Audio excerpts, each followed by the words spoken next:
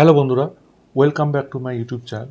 আরও একটা নতুন ভিডিও নিয়ে চলে আসলাম। তো এই ভিডিওতে আমি আলোচনা করব এই 15ই আগস্ট মুক্তি পাওয়া খেল খেল মে সিনেমাটা নিয়ে, যেখানে অভিনয় করেছেন অক্ষয় কুমার, বাণী কাপুর, তাপসী পান্নু, আমির ব্রিক, আদিত্য শীল, প্রজ্ঞা, ফারদিন খান। তো সিনেমাটা কেমন লাগলো সেটাই আপনাদের সঙ্গে শেয়ার করব। দেখুন, এই সিনেমাটা একটা ইটালিয়ান সিনেমার রিমেক এবং 26তম রিমেক। অনেকবার এই সিনেমাটা রিমেক হয়ে গেছে।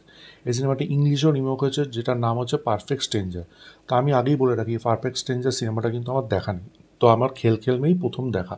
তো খেল খেল মে সিনেমাটা হিসাব মতো আমার কাছে একদম ফ্রেশ একটা স্টোরি, কারণ আমি পারফেক্ট স্ট্রেঞ্জার যেহেতু দেখিনি, সেই জন্য আমার কাছে ব্যাপারটা নতুনই।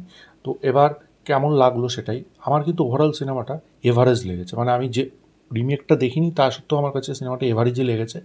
সিনেমাটার মধ্যে কিন্তু খুব মডার্নিটি একটা দেখানো হয়েছে, যেটা সিনেমাটাকে একটা অন্য মাত্রায় নিয়ে যাওয়ার চেষ্টা করেছে, কিন্তু সেটা অতটা মানে ওয়েস্টার্ন একটা কালচার টাইপ দেখানো চেষ্টা করা হয়েছে, কিন্তু সেটা কিন্তু অতটা বিল্ড আপ দিতে পারেনি মেকার্সরা। আরেকটা জিনিস, এই সিনেমাটায় দুটো ব্যাপার আমার কিন্তু খুব ভালো লেগেছে। দেখুন, অক্ষয় কুমারের কেরিয়ারে কিন্তু এখন খুব বাজে একটা সময় চলছে, যে তার পরপর সিনেমা কিন্তু ফ্লপ হচ্ছে। ইনফ্যাক্ট এটাও কিন্তু ফ্লপ, এটাও খুব একটা ইনকাম করতে পারেনি।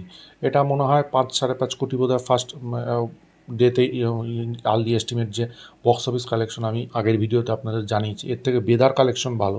এই যে অক্ষয় কুমারের পরপর 1 মাস পর 2 মাস পরে গ্যাপটা এত কম, এই সময় পরপর সিনেমা করে যাওয়া, পরপর সিনেমা, সেটা কিন্তু দর্শকরা খুব একটা নিতে পারছে। এই যে রিমেক সিনেমা বারবার করা, এটা কিন্তু ব্যাপারটা ওনার পরিপ্রেক্ষিতে নেগেটিভ হিসেবেই আসছে। এই যেমন আমি কিন্তু এই রিমেক সিনেমাটা, মানে যেটা থেকে না হয় যেটা কিন্তু দেখিনি, তা সত্ত্বেও কিন্তু এই সিনেমাটা আমার কাছে অতটা ওয়ার্ক করলো না।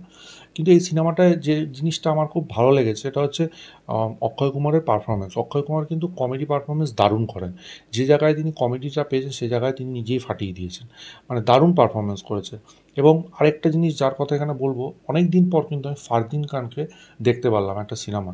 সে বেশ কিছুদিন ধরে, মানে বেশ কিছু বছর ধরে, দিন না বেশ কিছু বছর ধরে তিনি কিন্তু আউট অফ দ্য ফিল্ম ছিলেন। তো সে অনেক বছর পর একটা সিনেমা করলেন। তো আমার কিন্তু তার অভিনয় দারুণ লেগেছে, এবং সে কিন্তু একটা অন্য রকমভাবে চেষ্টা করেছে। কিন্তু তার কিন্তু ক্যারেক্টারের মধ্যে একটা অন্যরকম শেড আছে, সেটা কিন্তু আপনারা দেখলে বুঝতে পারবেন। আর যেটা হচ্ছে ব্যাপার, বাকিদের অ্যাক্টিং আমার অতটা ভালো লাগেনি। তাপসী পান্নুকে হালকা বিস্তর হালকা লেগেছে। বাকি যারা রয়েছে, আদিত্য শ্রী, আমি বিগ, প্রজ্ঞা বলে মেয়েটা, তাদের আমার সেরকম লাগেনি। ঠিক আছে, ক্লাইম্যাক্সটা ফিল্মটা চেষ্টা করেছিল কিন্তু অতটা ওয়ার্ক করেনি। তো এবং যেহেতু সিনেমাটার মধ্যে গানগুলো, ঠিক আছে, গানগুলো আমার কাছে খুব একটা ভালো লাগেনি। শুধুমাত্র ডু ইউ নো লাস্টে যে গানটা দেখানো হয়েছে একদম শেষে, ওই গানটা আমার বেশ ভালো লেগেছে। ওই গানটা আমি রিভিউ করেছিলাম, ওই গানটা আমার বেশ ভালো লেগেছে, কারণ ওই গানটা পুরনো গান, সেটাকে রিক্রিয়েট করা হয়েছে না, না করলেই ভালো হতো, পুরনো গানটাই বিশাল হিট ছিল। এবং ওভারঅল মিলিয়ে যে ইমোশনাল একটা টাচ দেওয়ারও চেষ্টা করেছে, সেই জায়গাটা কিন্তু একটু ভালো করেছে মেকার্সে। ইমোশনাল টাচের অংশটা কিন্তু বেশ অন্যরকম করেছে। এবং সিনেমাটা বলবো ওয়ান টাইম ওয়াচের জন্য ঠিক আছে, মানে বারবার দেখা এবং ব্যাপক হয়েছে এরকম টাইপের না। ওয়ান টাইম ওয়াচ, একবার দেখলেন, ওকে ওকে টাইপ সিনেমা, ঠিক আছে। এবং আমার কিন্তু ওভারঅল এভারেজ লেগেছে সিনেমাটা। তো আপনারা যদি দেখে থাকেন সিনেমাটা, কেমন লেগেছে সেটা অবশ্যই কমেন্ট বক্সে জানাবেন। ভিডিওটা ভালো লাগলে লাইক করুন, শেয়ার করুন, চ্যানেলটা অবশ্যই সাবস্ক্রাইব করুন, পাশে থাকা বেল আইকনে ক্লিক করুন পরবর্তী নতুন কোনো আপডেটসের জন্য। ততক্ষণের জন্য গুড বাই বন্ধুরা।